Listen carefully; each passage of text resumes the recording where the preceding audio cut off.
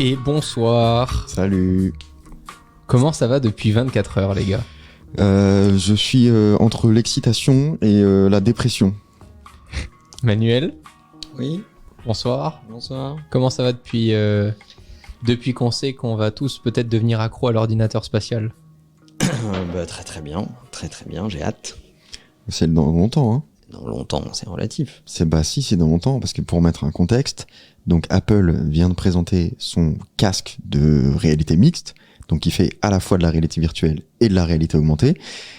Ça coûtera $3500, mais le problème, c'est surtout que ça sort début 2024 pour les US, donc on n'a pas d'infos pour l'Europe. Ça s'annonce être, je pense, le meilleur outil de travail. Donc $3500 plus un billet d'avion. $3500 plus un billet d'avion, plus, parce que moi je suis myope, les adaptateurs, là, les lentilles Zeiss, qui à mon avis sont pas comprises. vont pas être données. Bon, Bah après, tu peux garder tes lunettes, c'est juste que c'est moins Non, c'est pas fait confortable. pour. C'est pas fait pour. Oui, je sais, mais Ah bah ce sera vraiment moins confortable.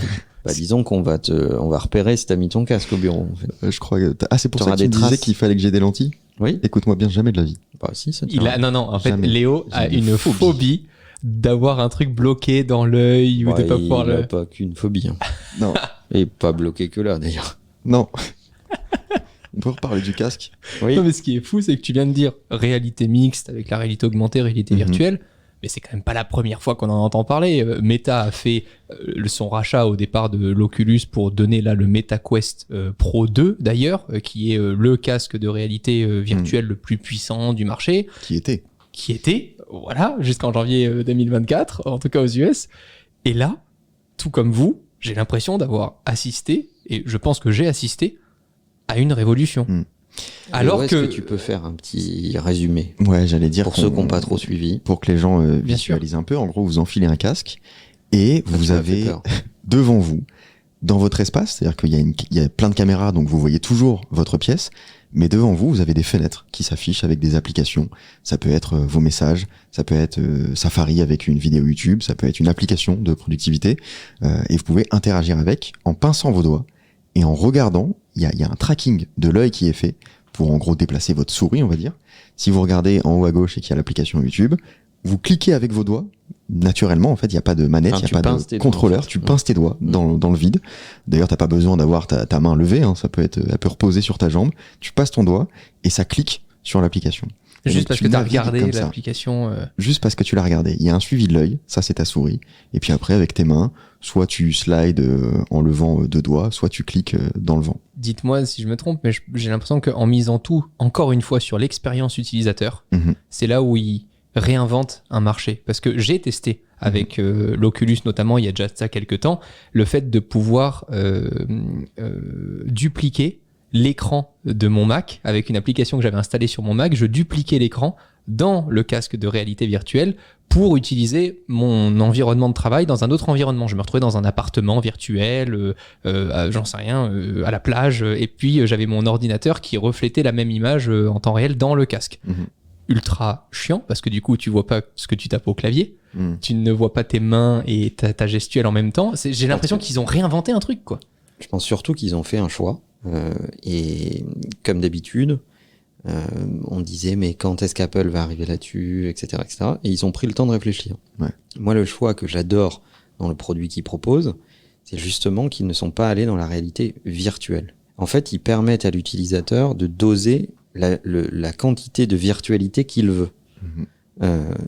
C'est un casque à travers lequel tu vois. Donc, Mais il n'est pas transparent. Il est opaque, c'est les caméras qui te permettent de voir. Ouais. On pourrait presque imaginer que si vous l'avez pas encore vu et que vous écoutez cet épisode, on pourrait presque dire qu'il se comporte comme une visière.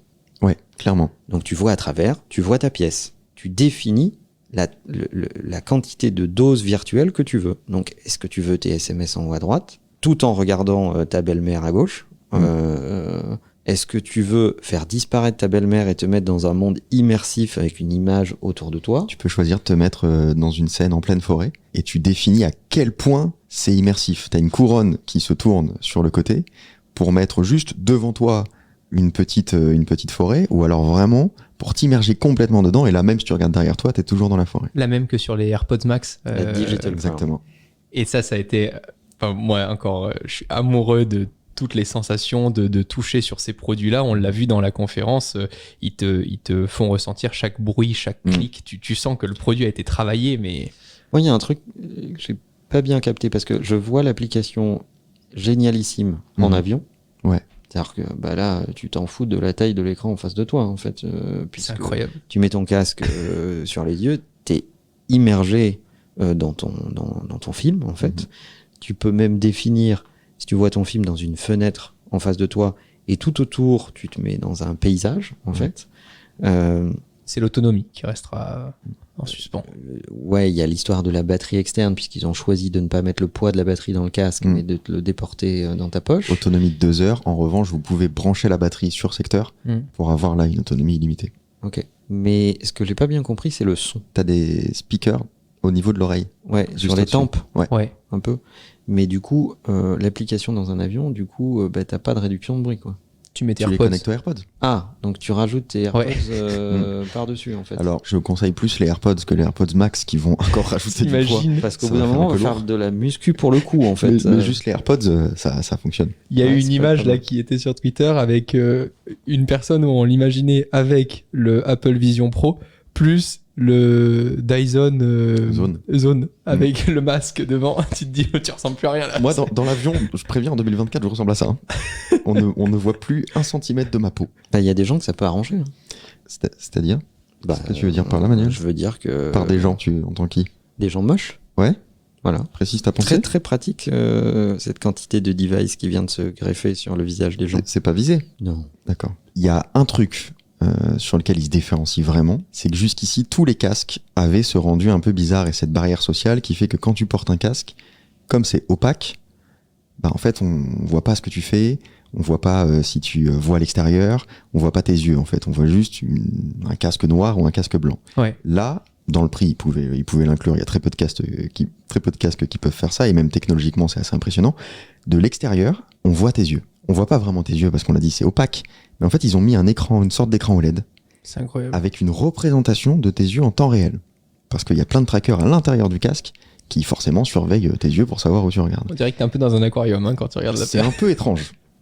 C'est On un peu. on va s'y habituer, je C'est pense. un peu fake, c'est un peu étrange, mais c'est une représentation réelle, en direct, de tes yeux. Ce qui est très important pour des mesures déjà sociales, parce que forcément, si tu regardes quelqu'un qui est en train de discuter avec toi, c'est cool qu'il voit où se pose ton regard, et surtout pour des mesures de sécurité. Parce que du coup, on fait la différence entre quand t'es dans un environnement complètement virtuel et quand tu vois l'extérieur. Donc ça fait toute la différence, et je trouve que c'est hyper différenciant et c'est assez impressionnant technologiquement. C'est là où ils ont cassé cette barrière sociale et c'est pour ça qu'ils peuvent le vendre comme un ordinateur. C'est parce qu'ils se disent, comme un iPad ou comme un MacBook, si tu le tournes un peu de côté, tu peux quand même parler à l'interlocuteur qui est en face de toi et faire une réunion. Bon, j'imagine quand même très peu, demain, 6 personnes autour d'une table avec l'Apple Vision Pro et se parler dans un meeting de façon totalement j'aime- classique. Moi, j'aime j'ai bien. hâte de faire des FaceTime avec. Alors les FaceTime, du coup, comment ça fonctionne? Je suis pas sûr que ce soit le meilleur usage. Mais en gros, comme on a fait au tout début une représentation de ton visage en 3D, du coup, la première fois que tu le portes, on te crée un avatar. Et quand tu fais un FaceTime, tu vois la caméra des gens dans l'environnement, tu peux l'agrandir, le rétrécir, le mettre absolument où tu veux. Il n'y a pas de caméra qui est portée sur toi, mais par contre, on anime ton avatar en fonction de la voix et de ton regard. Et de oui, tes puisque yeux. le casque capte ton regard, donc en temps réel, il a juste le regard de ton Ça a avatar. plus de gueule que ce que fait Facebook. Ah oui, ça c'est sûr. C'est certain. Mais c'est un peu étrange parce que c'est pas vraiment toi. C'est pas une Disons que visio c'est de toi. C'est une représentation de toi. Ouais. Mais ça doit être top d'avoir un casque avec le FaceTime dans un coin, un Apple Notes ouvert dans l'autre, où tu prends tes notes de meeting partagées avec les gens qui sont dans le FaceTime en temps réel. T'as un mec qui est sur un iPad, il peut être en train de sketcher un truc, toi tu peux être en train de taper un truc. On commence à arriver à un environnement de travail intéressant. Moi, ce que j'aimais bien, c'est qu'ils ont montré des applications aussi B2B. Ouais. Donc ils ont montré à quel point ce casque pouvait être utile pour les chaînes de fabrication dans les usines, c'est-à-dire pour se représenter la position du robot que tu es en train de concevoir sur une chaîne de fabrication, son fonctionnement dans un environnement réel, puisque tu vois la réalité et tu y incrustes une partie de virtualité. Donc tu ça peux ressemble tourner autour, tu peux C'est ça. vraiment... Ça ressemble à une réalité augmentée, sauf que tu peux appréhender l'espace, tu peux tourner autour, tu peux voilà. Et ils ont montré des applications médicales évidemment. Mhm. C'est top. Et même juste pour de la bureautique, il faut bien comprendre que comme tu peux interagir avec tout, tu peux tout redimensionner, la taille de l'écran que tu as en face de toi est infinie. Tu peux l'agrandir devant toi, elle peut prendre toute la hauteur de ta pièce, il n'y a aucun problème, ce qui est plus compliqué avec un écran 27 pouces. Et pour qu'on se rende compte, c'est l'équivalent de 2 écrans 4K. T'as 23 millions de En pixels. termes de résolution. C'est incroyable. C'est là où tu te dis, bah, t'as plus de barrière d'écran, quoi. Ça, j'attends de voir parce que c'est difficile de faire cette comparaison. Apparemment, c'est net. Et en fait, ce qu'ils font, c'est que comme ils ont le suivi de ton regard, c'est intelligent. C'est-à-dire qu'ils vont concentrer la plupart de la puissance de la puce sur l'endroit où tu regardes. Et ils ont mis leur puce M2. M2 pour le processeur, Mhm. R1 pour la latence, en fait, Ouais. où ils disent qu'ils arrivent à avoir un taux de latence qui est plus faible que le battement de ton œil. Ce qui se confirme avec les premiers tests que j'ai regardés. Après la conférence, j'étais à la fois excité et mitigé, parce que quand on a vu le prix déjà, on est tous redescendus d'un étage. Moi, je trouve pas, hein, effectivement, les gars. Non, mais quand tu vois toute la technologie, c'est complètement normal. N'importe quelle autre marque ferait ce truc-là avec cette ambition-là, ce serait au moins aussi cher. On est tous d'accord. Ça serait même plus cher parce que je pense qu'Apple amortit en fait d'autres technologies qu'ils ont depuis longtemps et qu'ils réintègrent là-dedans. Une autre marque devrait forcément s'y mettre. Ça serait compliqué. Donc même en faisabilité. Mais ce que je veux dire, c'est que le positionnement prix, il n'est pas extrêmement différent d'un écran de très haute qualité que tu peux acheter pour chez toi. D'autant Oui, que tu le disais, c'est mais du là, t'es M2 tout à seul. l'intérieur. Ouais. C'est un ordinateur en fait. Ah, mais là, on est tout seul. Quand C'est- t'achètes un écran pour la famille, t'es 6 à le regarder, l'écran. C'est sûr que c'est des usages C'est très une différents. définition particulière de la famille, déjà 6. Ouais. Oui. C'est une définition du 16e. C'est un sûr choix. que c'est un budget. Maintenant, je trouve qu'il est rassurant parce que c'est pas un jouet en fait. Il commence direct avec un usage professionnel ou pour des gens très curieux ou pour les développeurs, etc., qui vont commencer à développer des applications dessus. C'est plutôt rassurant. Ça veut dire qu'on va vraiment prendre le temps de travailler la technologie avant d'en faire un produit grand public qui là sera plus abordable, qui sera peut-être un peu moins tech. Et surtout, parce que la clé dans un écosystème, et on peut pas dire qu'Apple ne sait pas ce que c'est qu'un écosystème, ils le savent mieux que tout le monde, c'est qu'ils utilisent les mêmes technologies que toutes les autres technologies de l'environnement Apple. Ouais. Donc les développeurs vont pouvoir utiliser les technologies qu'ils connaissent. Alors oui, il y a un Vision OS, je crois, Exactement. comme il y a un tvOS, un iPadOS, Ouais. etc. Mais le cœur technologique reste le même. D'ailleurs, on voit une volonté affirmée de Apple de voir arriver des jeux dans cet environnement parce que ils font beaucoup d'efforts pour aider les éditeurs de jeux à venir dans cet environnement technologique depuis déjà un bon moment. Et je pense que cette proposition technologique ne demandera pas tant d'efforts que ça aux développeurs pour adapter un certain nombre de choses pour aller vers Vision OS. Et donc, du coup, une fois de plus, le seuil critique qui te fait adopter cette technologie va être franchi, je pense, assez facilement. La relation qu'a Apple avec les développeurs, c'est une force énorme pour plein de raisons. C'est que déjà, souvent, les utilisateurs d'iPhone, etc., de produits Apple, sont plus engagés que le reste. Ils sont plus sujets à acheter des apps, à acheter des jeux, etc.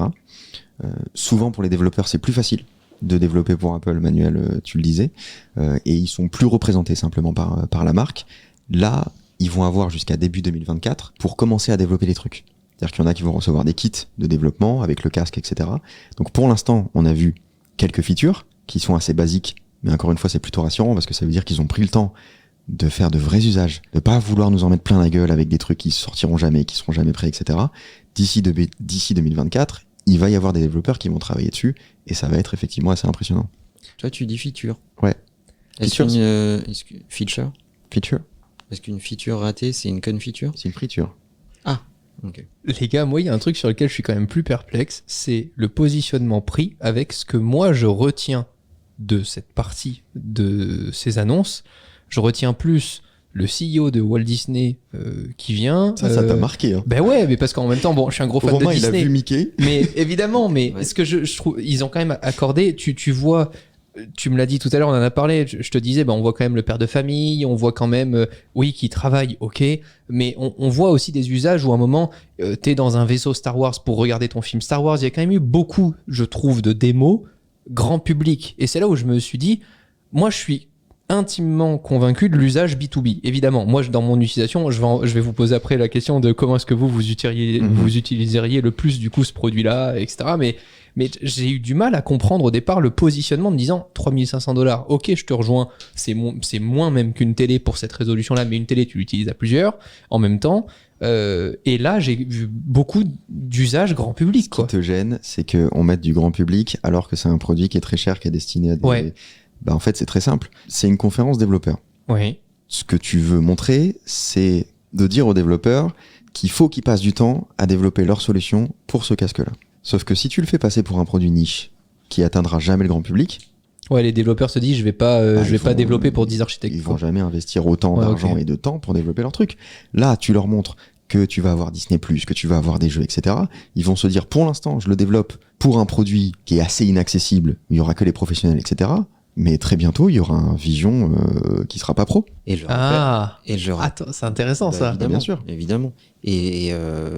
Ok. Et je rappelle que quand l'iPad est sorti, tout le monde disait C'est vrai. c'est pour les architectes, c'est pour les médecins, ou les putain, hôpitaux, c'est vrai.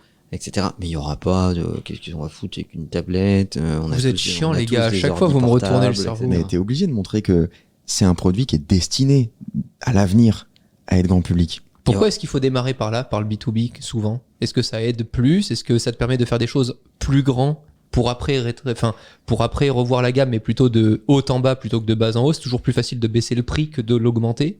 Ben c'est surtout que tu as un effet de seuil, c'est-à-dire que tu démarres par le haut avec la démonstration complète de tout ce que ta technologie peut faire. Ok. Tu vends à un prix qui est élevé et tu es dans un marché B2B. Un marché B2B, par définition, tes cibles, elles sont quantifiables. Bah, tu vas prendre, je sais pas moi, l'industrie de l'entertainment. Bon, bah, quand tu as fait Walt Disney, bah, les autres vont suivre. Tu vas prendre l'industrie médicale, tu vas m'en prendre trois grands centres de recherche et hôpitaux qui vont faire des trucs fous. Ça va t'amener tous les autres. La bureautique, ils citent Office. C'est vrai. Ouais. C'est vrai qu'on les a vus sur la suite Office. Incroyable. Ce qui est assez fou. Et en général, ils le font toujours quand ils lancent des nouvelles gammes de produits. Parce qu'ils savent que c'est un standard.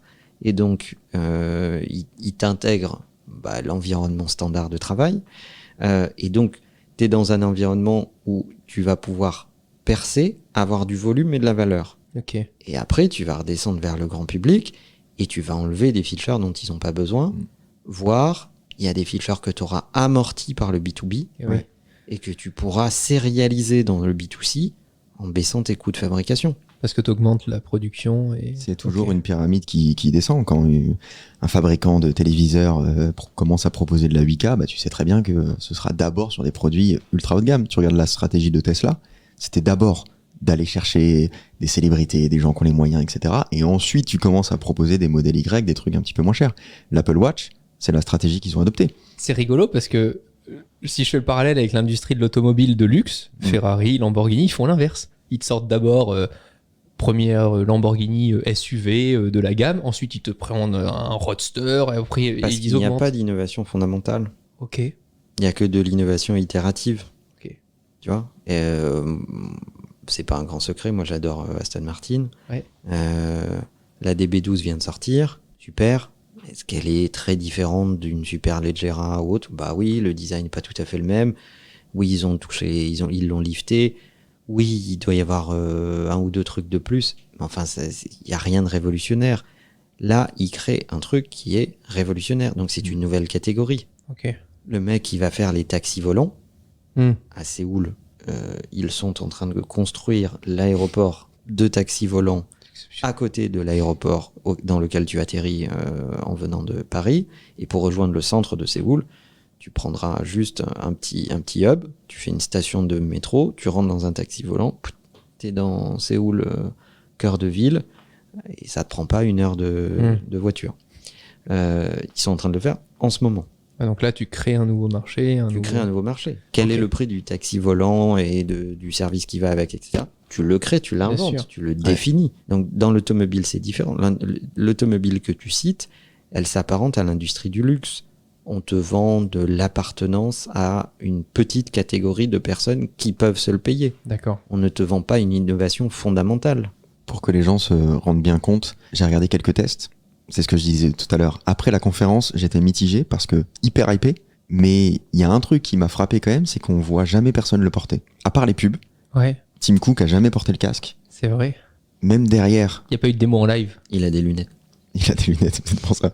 Même derrière, il a passé quelques minutes à côté du casque pour la presse. Il l'a jamais porté. Il l'a jamais touché. Donc moi, ça m'a fait un peu peur parce que j'ai eu peur je me souviens de AirPower, un produit que Apple avait présenté qu'ils ont jamais sorti. Ça m'a un peu inquiété. J'ai cru qu'il était pas prêt. Et du coup, j'ai regardé les premiers tests des journalistes qui étaient là-bas. Et apparemment, c'est exceptionnel. L'eye tracking est hyper précis. Les gestes avec les mains, où qu'elles soient, apparemment, pareil, c'est impressionnant. Ça fait peur. Il y a pas de latence. C'est la meilleure vision de ton environnement depuis le casque. C'est le truc le plus net, fluide qui existe.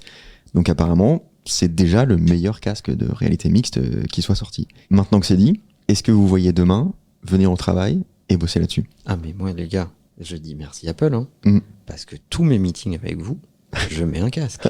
On aura juste un avatar. Mais ce qui est génial, Vous c'est... verrez mes Bah yeux, oui. mais moi, je ferai complètement autre chose. Hein. Putain, pour une fois, on aura l'impression que tu nous regardes en fait.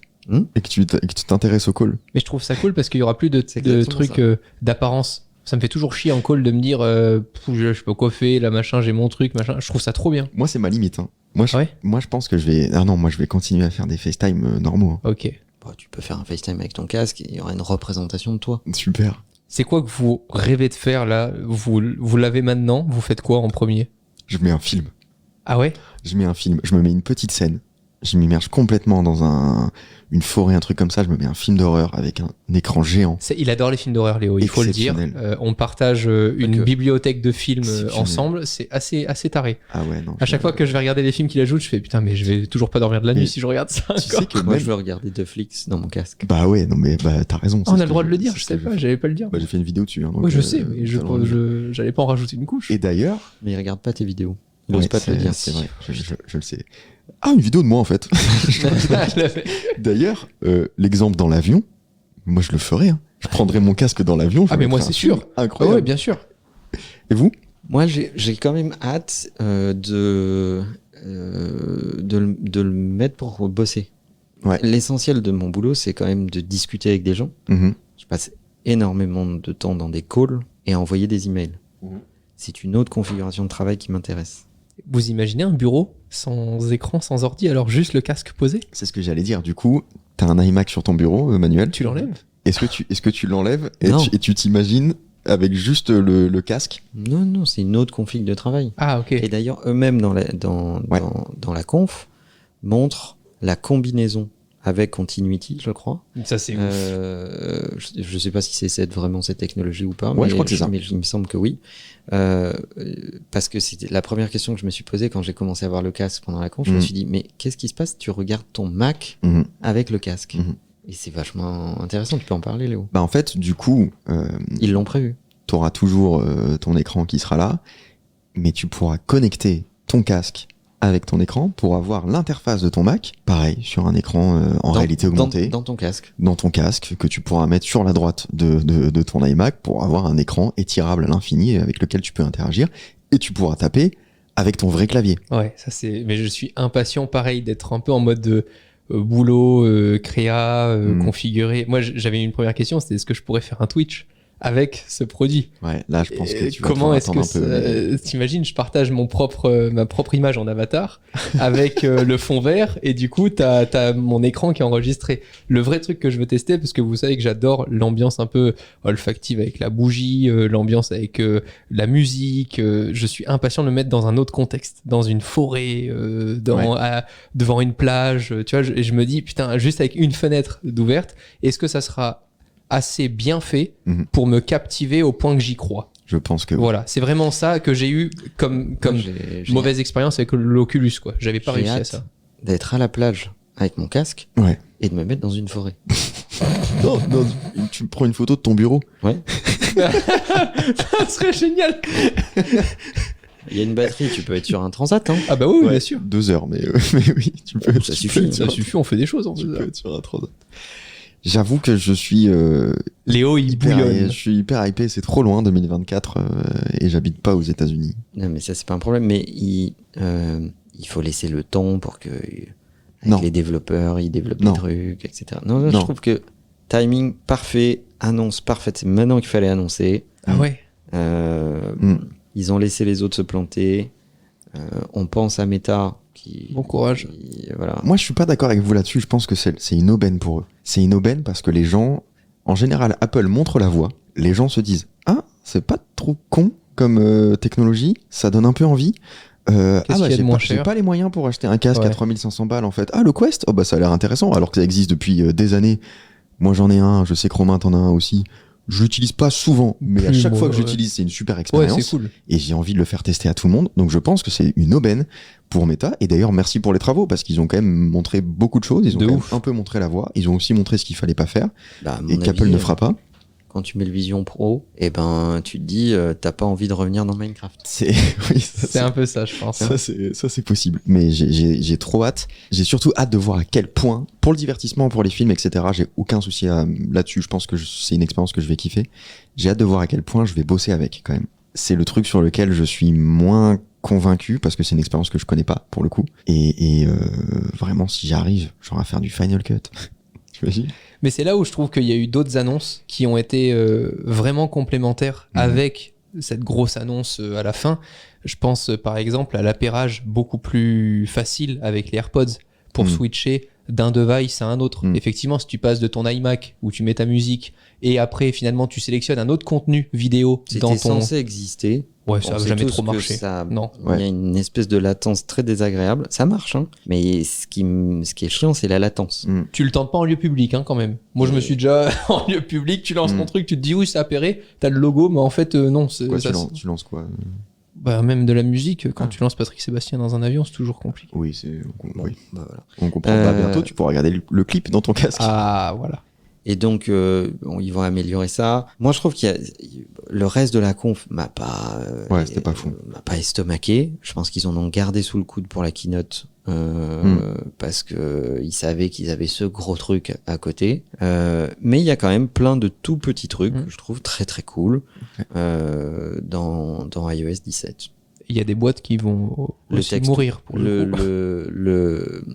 le speech to text pour les voice memos. Ouais. Ça c'est trop bien. En gros, quand quelqu'un vous appelle et que vous ne répondez pas, ce que je fais toujours, il commence à enregistrer le message pour votre messagerie et en fait, vous voyez la retranscription écrite en direct. Donc, si c'est quelqu'un si c'est un spam, vous voyez que c'est un spam, vous décrochez pas. Si c'est quelqu'un, vous aviez pas son numéro, etc., il commence à vous parler, vous avez envie de prendre l'appel, vous pouvez répondre pendant qu'il est en train de vous laisser un message vocal. Donc ça, c'est incroyable. Si c'est quelqu'un que vous connaissez mais qui vous dit un truc pas intéressant, Vous pouvez ne pas décrocher. ne répondez pas. Voilà. Et du coup, je pense que ça va être ma stratégie. Je vais jamais décrocher à personne. Je vais attendre qu'il laisse son message vocal. Et là, peut-être, je prendrai. Alors que tu peux même attendre, enfin, tu peux même voir le début du message et décider d'interrompre la messagerie et de répondre. Oui. Je vais tellement m'amuser. Léo, je suis super emmerdé pour toi. Non, Bon, mais j'avais toi, un je vais truc urgent. Toi, je vais te bloquer. Ouais, Romain, qu'est-ce qu'il y a pour le script, tu peux m'envoyer ça va Je vais tellement, te ça. bloquer. Et du coup, ça leur a permis aussi de le faire pour les messages vocaux par SMS. Les messages vocaux, mais en fait, il faut arrêter d'en faire. Ah, ça, on en a déjà parlé. Hein. Ça, pareil, je bloque tous mes potes qui envoient des messages vocaux comme ça. Bah maintenant, vous aurez le texte si Ouais. vous avez la flemme Ça, c'est top. d'écouter. Enfin, Et ça le rend searchable et etc. vous Donc, n'avez pas à écouter leur voix de merde. Et Emmanuel, il y a un truc que t'as kiffé, toi, c'est le partage de contacts. Ah oui. J'allais en parler, moi, j'ai adoré. Hein. C'est une espèce de revamping d'une vieille fonction qui était, je pense, de BlackBerry, qui était le bump. Le bump. Bump, ouais, c'était ça. Tu Tu collais deux téléphones ensemble qui se connaissaient pas, et puis voilà. partages le VCAM. Ouais. Très mauvais nom de boîte, si je peux me permettre. C'est pas faux. Et donc, moi, je trouve que ça va être hyper pratique. Ça va être hyper bien parce que aujourd'hui, c'est hyper relou, tu vois. C'est chiant, t'es obligé de filer ton iPhone à quelqu'un. Tu vas pour sur que ta fiche contact, tu fais Tu fais airdrop, tu lui demandes de l'activer pour ça tout le envoie monde. les infos que tu veux pas envoyer. Voilà, c'est ça. Alors, c'est pas tout à fait vrai parce que les gens connaissent tellement pas cette fonctionnalité, le share contact. Ouais. Donc tu vas dans ta propre fiche, tu fais share contact. Au moment, maintenant, depuis iOS 16, depuis que tu fais share contact, tu peux choisir les filtrer, champs Ah bon? que tu, Oh, je que me tu fais partages ou pas. Ok. Donc Ça me ça l'a jamais évite proposé, d'avoir le code pour rentrer chez toi, Ouais. l'anniversaire date C'est d'anniversaire. Pour expliquer aux gens, du coup, maintenant, avec iOS 17 qui sortira à la rentrée, en fait, vous mettez votre iPhone au-dessus de l'iPhone de la personne à qui vous voulez partager votre contact, et automatiquement, il y a une super animation d'explosion, de transition qui s'affiche, et ça lui envoie, ça partage les deux contacts. Très pratique. Il n'y a plus aucun intérêt à avoir un Android, même s'il n'y en avait déjà aucun. C'est vrai. Je suis impatient. J'ai vraiment trop envie de l'avoir. Moi, le produit. j'hésite sincèrement à me plonger dans un coma artificiel jusqu'à, je sais pas, je vise mars 2024 peut-être, pour que ce soit dispo en Europe. Sinon, débranchez-moi avant, si possible, si ça sort, parce que sincèrement, je sais pas comment je me suis levé ce matin. J'espère qu'ils vont faire une offre un peu comme à Flelou. Une deuxième paire pour 1 euro de plus. Ah ouais. Ça serait bien, ça. Ouais, comme ça, hop, dès que il y en a un qui a plus de batterie, Bam. tu sors l'autre dans l'avion. Et c'est surtout que j'avais aussi vu la fonctionnalité pour regarder un contenu ou un écran en même temps. Tu sais, à plusieurs. Tu peux partager maintenant Ouais. ce que tu es en train de regarder. Donc ça, je pense que c'est une fonctionnalité qui va arriver aussi sur le Vision Pro.